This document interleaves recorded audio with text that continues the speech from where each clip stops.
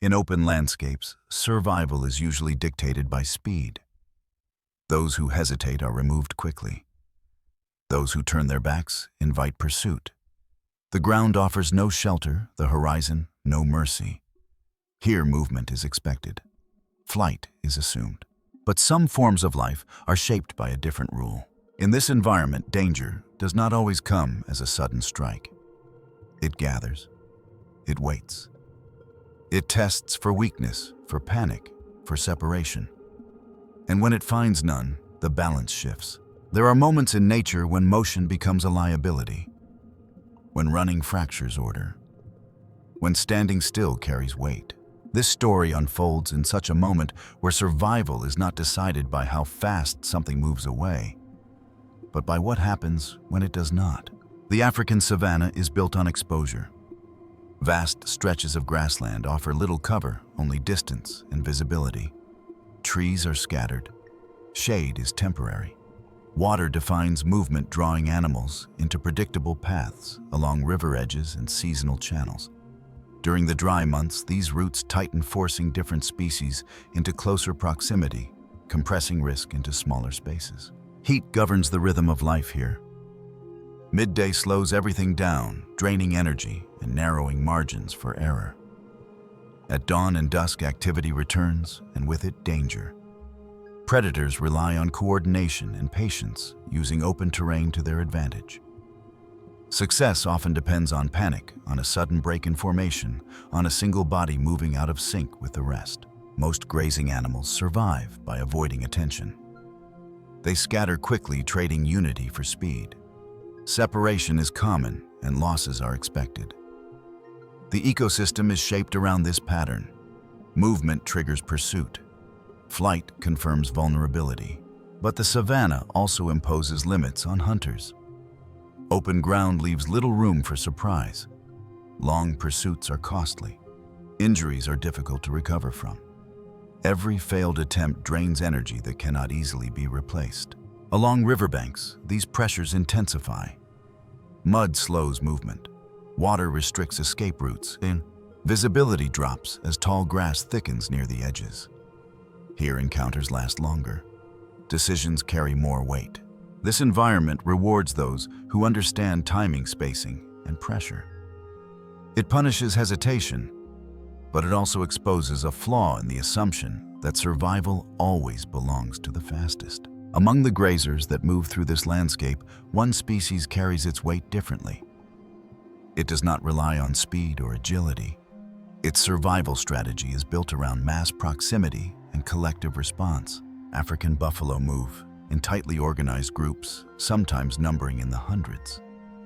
Each individual is heavy-bodied, thick-skinned, and powerfully built. Curved horns extend outward and downward, forming a natural shield when bodies are pressed together.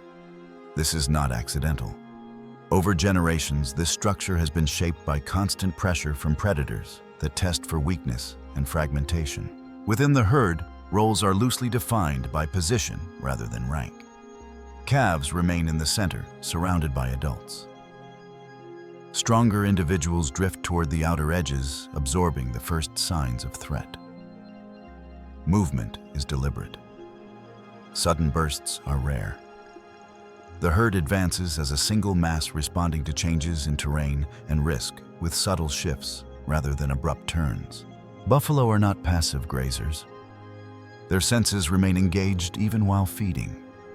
Heads lift in unison, tails flick sharply. Small changes in posture ripple through the group, signaling awareness without panic. This vigilance is continuous, not reactive. Biologically, buffalo occupy a difficult position in the ecosystem. They are too slow to outrun most predators and too valuable to be ignored. Every encounter carries risk. Injury can mean infection. Separation can mean death. Survival depends on maintaining cohesion under pressure. What makes buffalo distinct is not strength alone, but restraint. When threatened, they do not scatter instinctively. They compress. They face outward. And in doing so, they challenge one of the most common assumptions in open landscapes, that flight is always the safest response. At first glance, the movement of a buffalo herd appears slow and uneventful. The pace is measured almost heavy as hundreds of bodies advance across the grassland in a broad, uneven front. There is no urgency in their steps.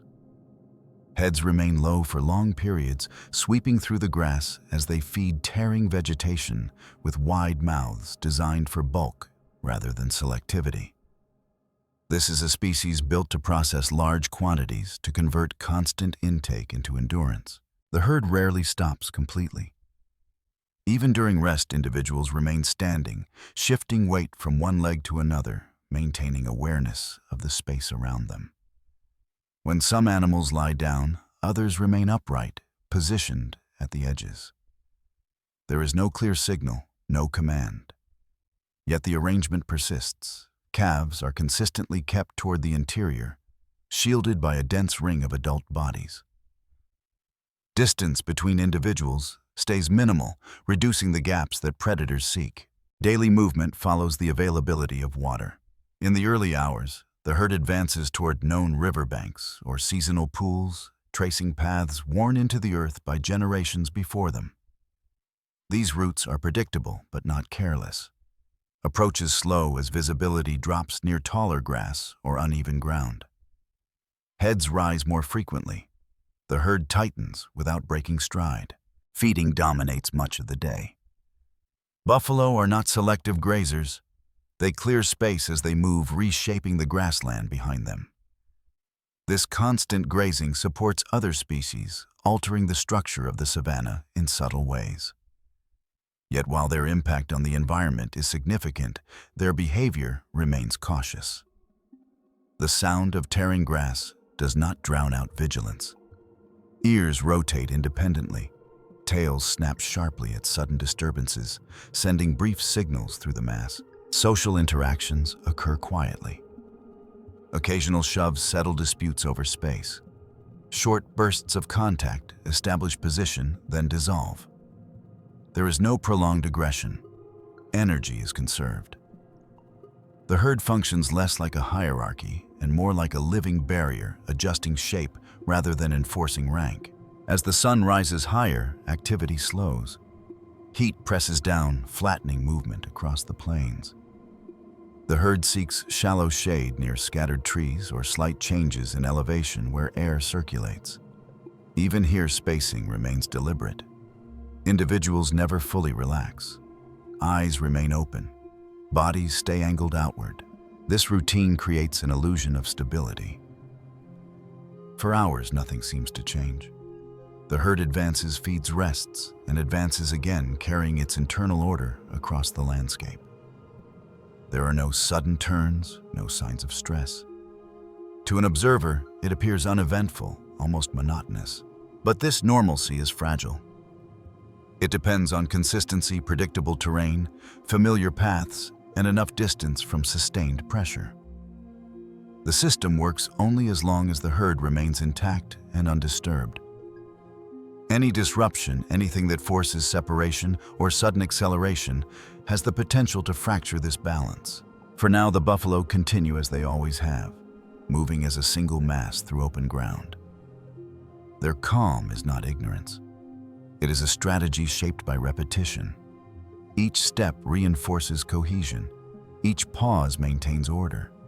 The rhythm holds not because danger is absent, but because it has not yet pressed hard enough to test the limits of standing still. As the dry season deepens, the savanna begins to contract. What once felt expansive grows narrower with each passing week. Grasses lose moisture and height, turning brittle underfoot. Water sources that supported movement across wide areas retreat into fewer, more exposed locations. The landscape does not change abruptly, but steadily removing options without drawing attention to itself. For the buffalo herd, this shift alters the cost of routine. Daily journeys lengthen as familiar pools dry out. The distance between feeding grounds and reliable water increases, forcing the herd to travel farther under rising temperatures.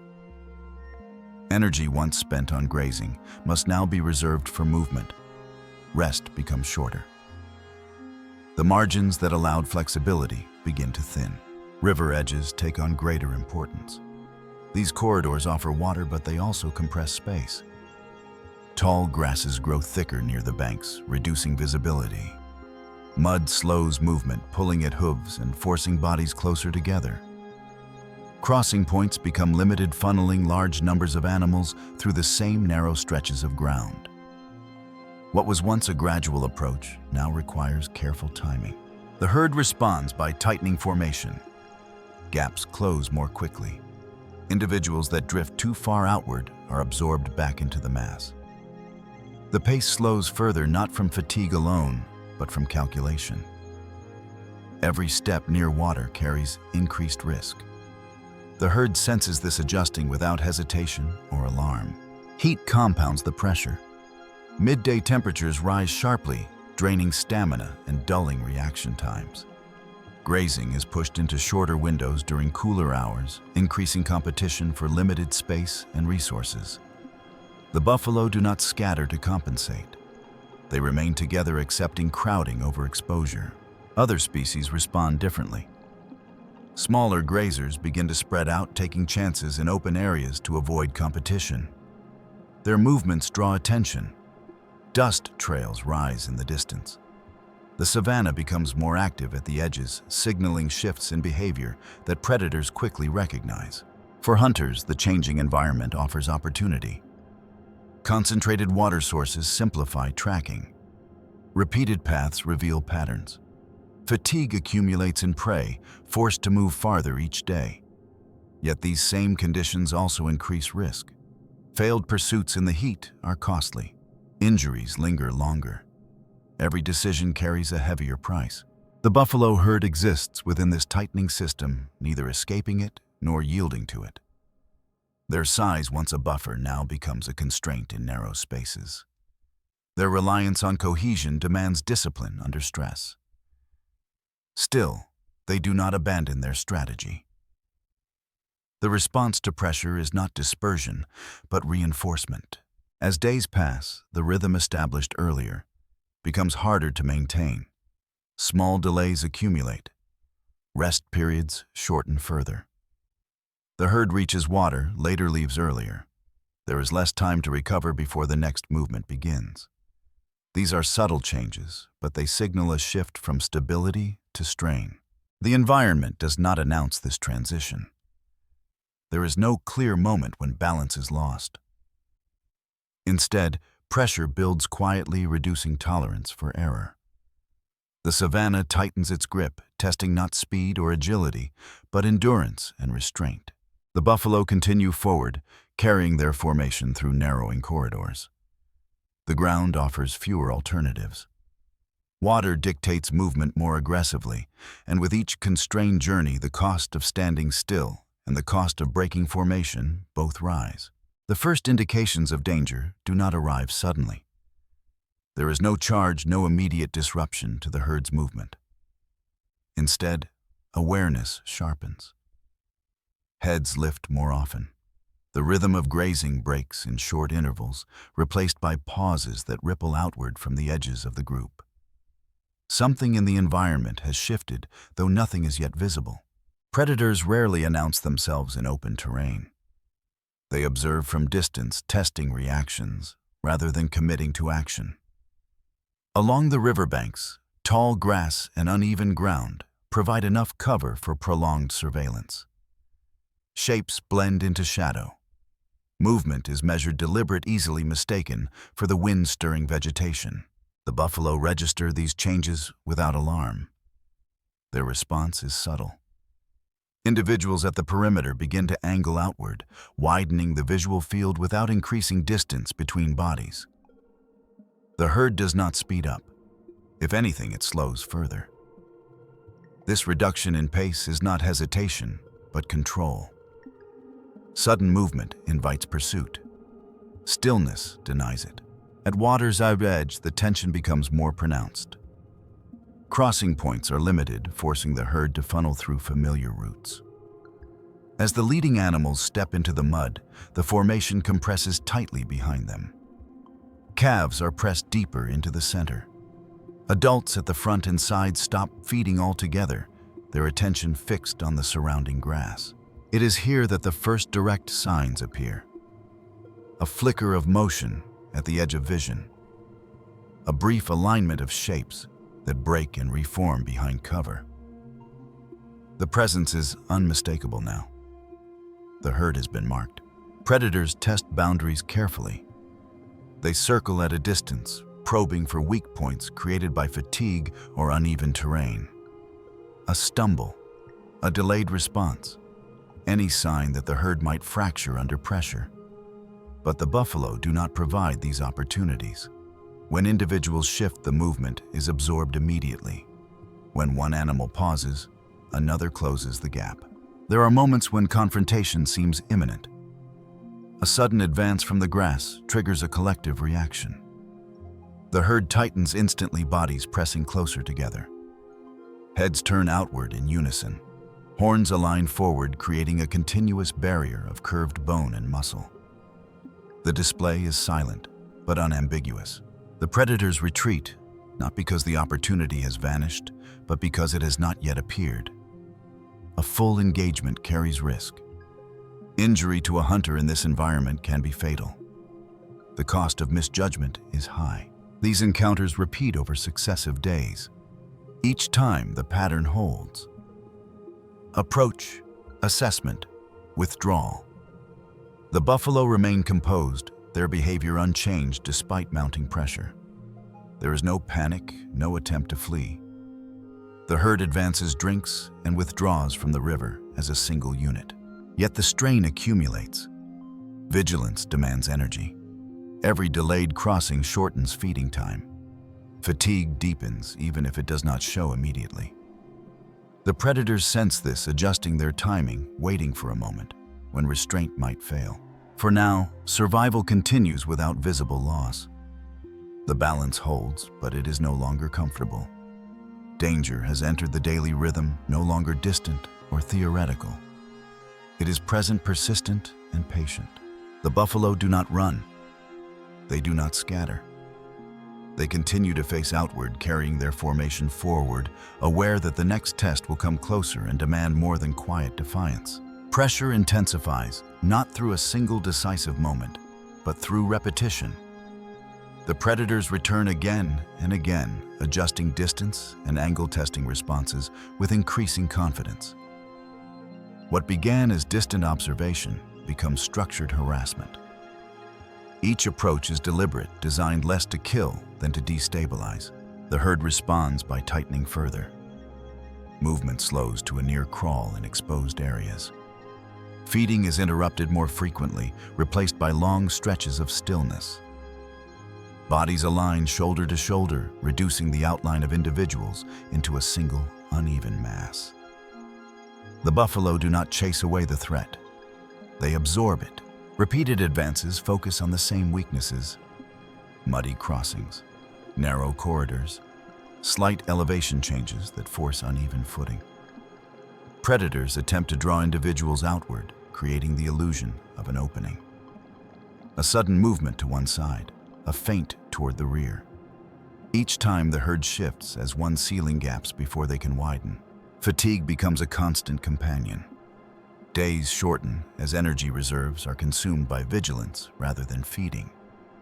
Some animals begin to lag, not breaking formation, but slowing response time by fractions of a second. These delays are subtle, nearly invisible, but they are noted. Predators respond by increasing proximity. Circling distances shrink. The time between approaches shortens. Where earlier encounters ended with quick withdrawal, these now linger.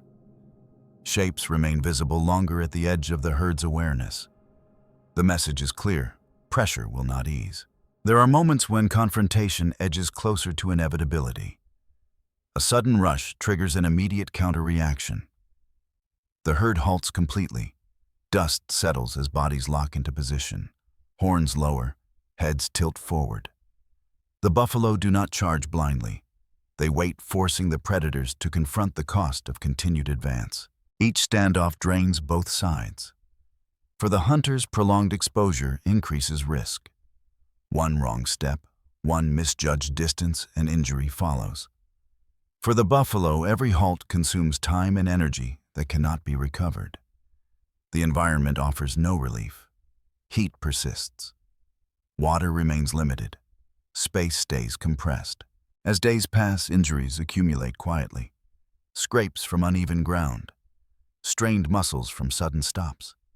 None are catastrophic, but they reduce tolerance for sustained pressure. The herd compensates instinctively. Weaker individuals are pulled deeper into the center. Stronger bodies take up positions at the front and flanks, reinforcing the perimeter. The predators recognize this adaptation and shift tactics. Instead of probing the edges, they focus on moments of transition. Entering water, leaving cover, turning through narrow channels.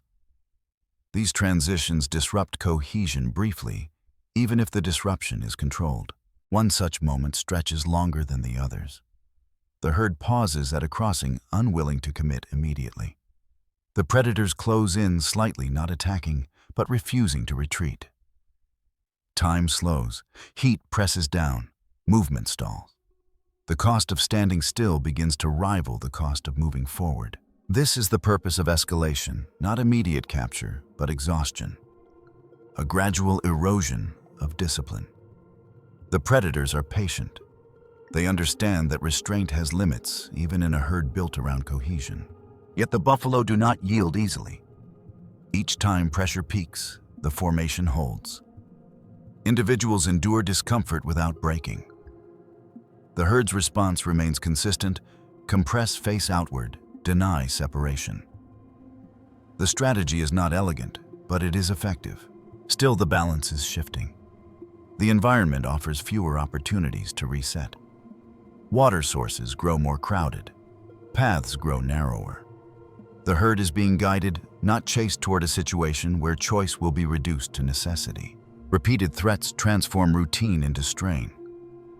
What was once a controlled pattern now requires constant correction.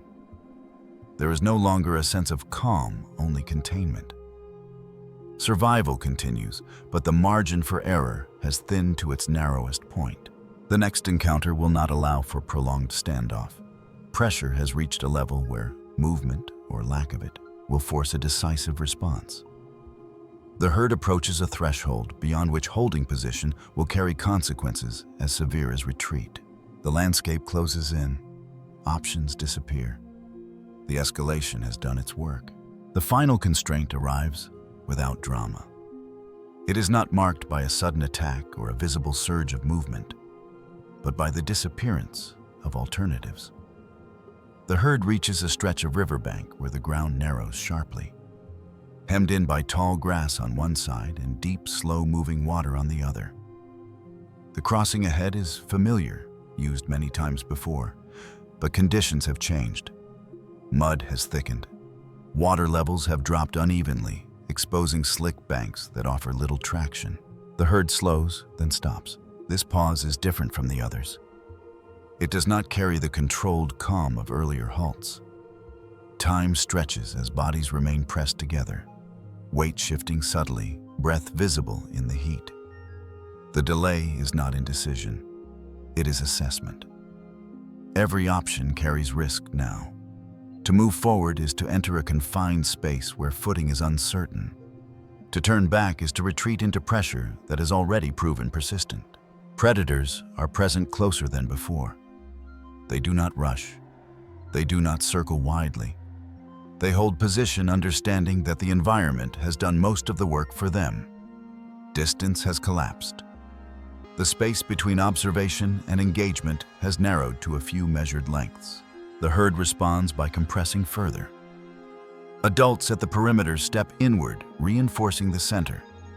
Calves disappear completely from view, absorbed into the mass.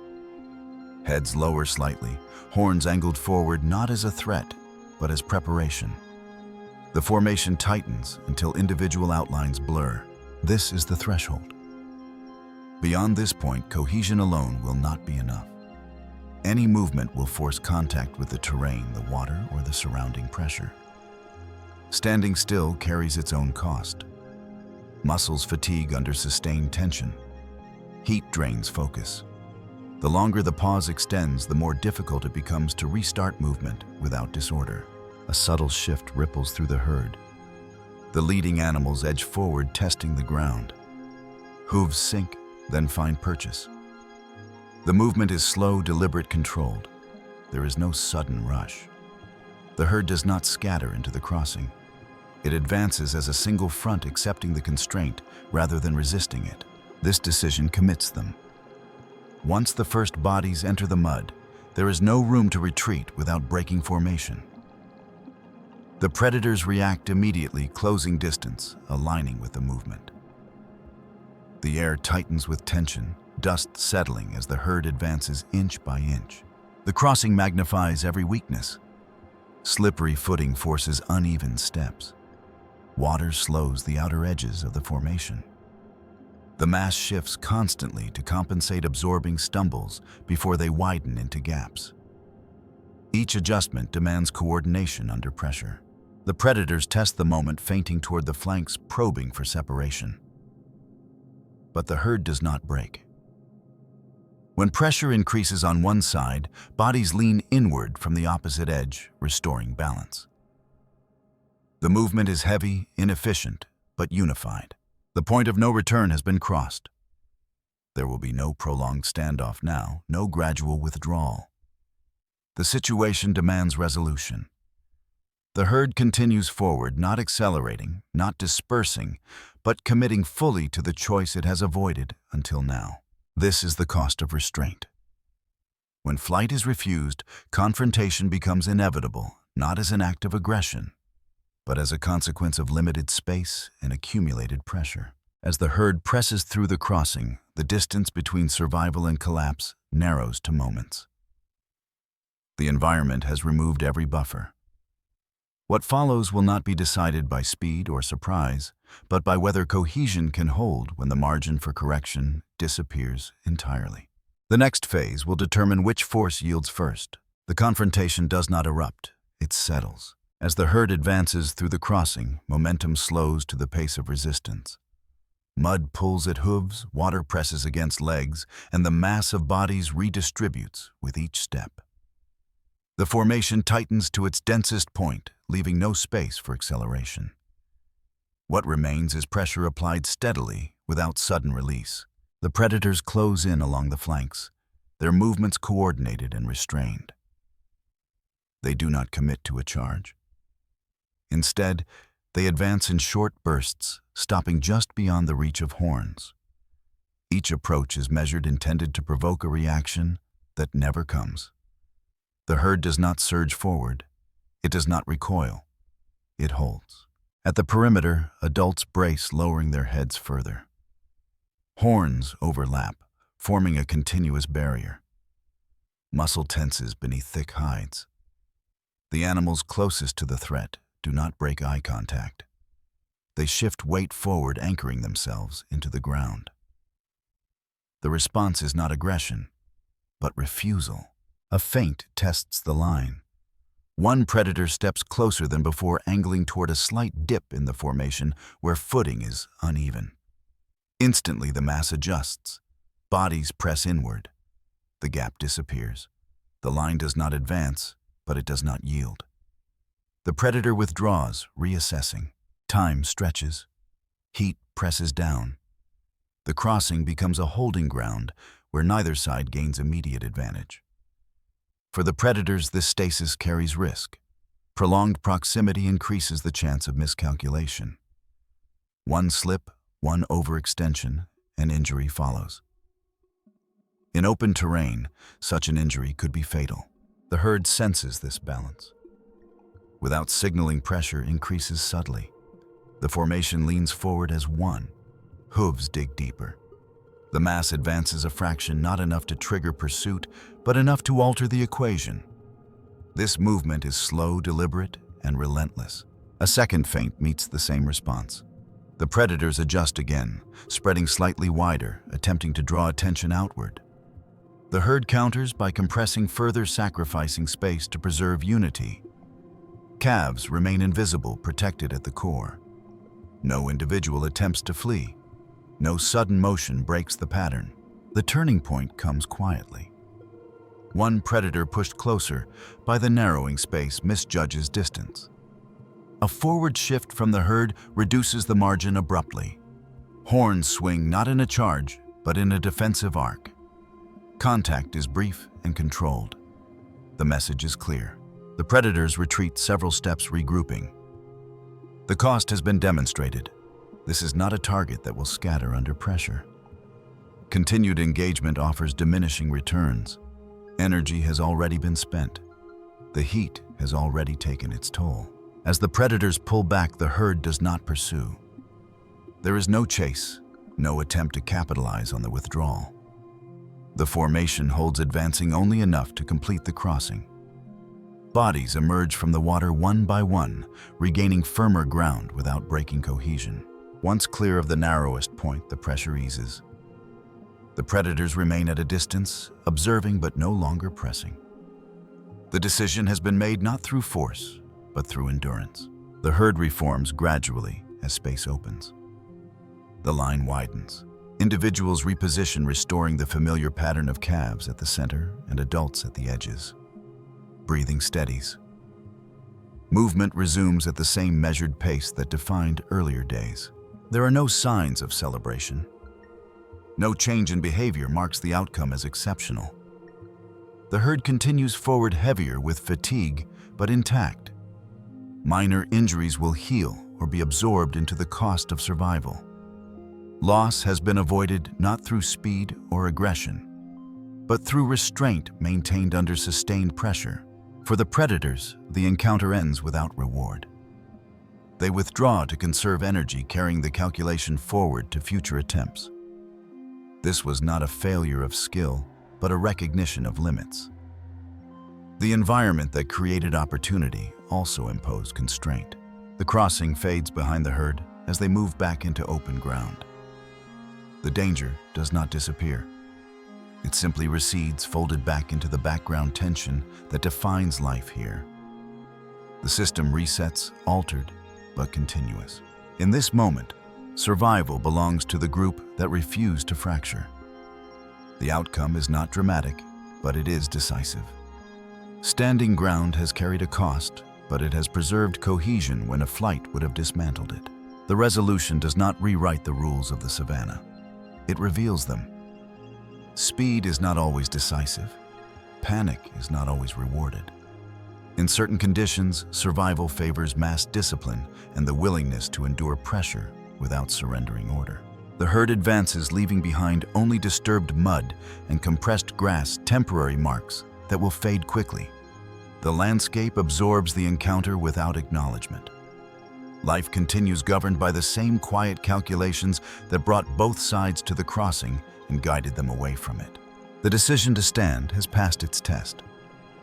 The law that shaped it remains in force, ready to be applied again when pressure returns. After the crossing, the herd moves back into familiar terrain. The ground opens, visibility returns, and the pressure that once compressed every step begins to loosen. Spacing increases gradually. Individuals resume grazing without urgency, their movement steady and unremarkable. There is no signal that marks the encounter as complete, no shift in behavior that suggests relief or triumph. The environment absorbs the disturbance quickly. Mud settles. Water closes over displaced ground. Grass begins to rise again where hooves pressed it down. The landscape shows no lasting trace of what passed through it. For the buffalo, survival does not alter identity. The strategy that held under pressure is not celebrated or reinforced through memory. It simply continues, applied again and again as conditions demand. Cohesion remains the foundation. Movement stays deliberate. The herd advances as it always has, shaped by the same constraints that tested it at the river's edge. Predators adjust in parallel. Energy lost is recalculated. Opportunities are reassessed. The decision to withdraw becomes part of a larger pattern, not an ending.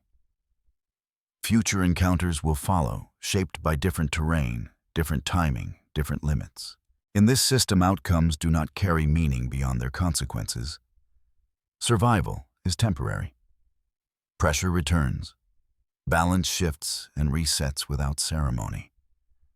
What persists is not victory or defeat, but a method proven sufficient under specific conditions. The buffalo continue across the savanna, not as an exception to the rules of nature, but as an expression of them, demonstrating that in open ground endurance and restraint can carry as much weight as speed when the margin for error disappears.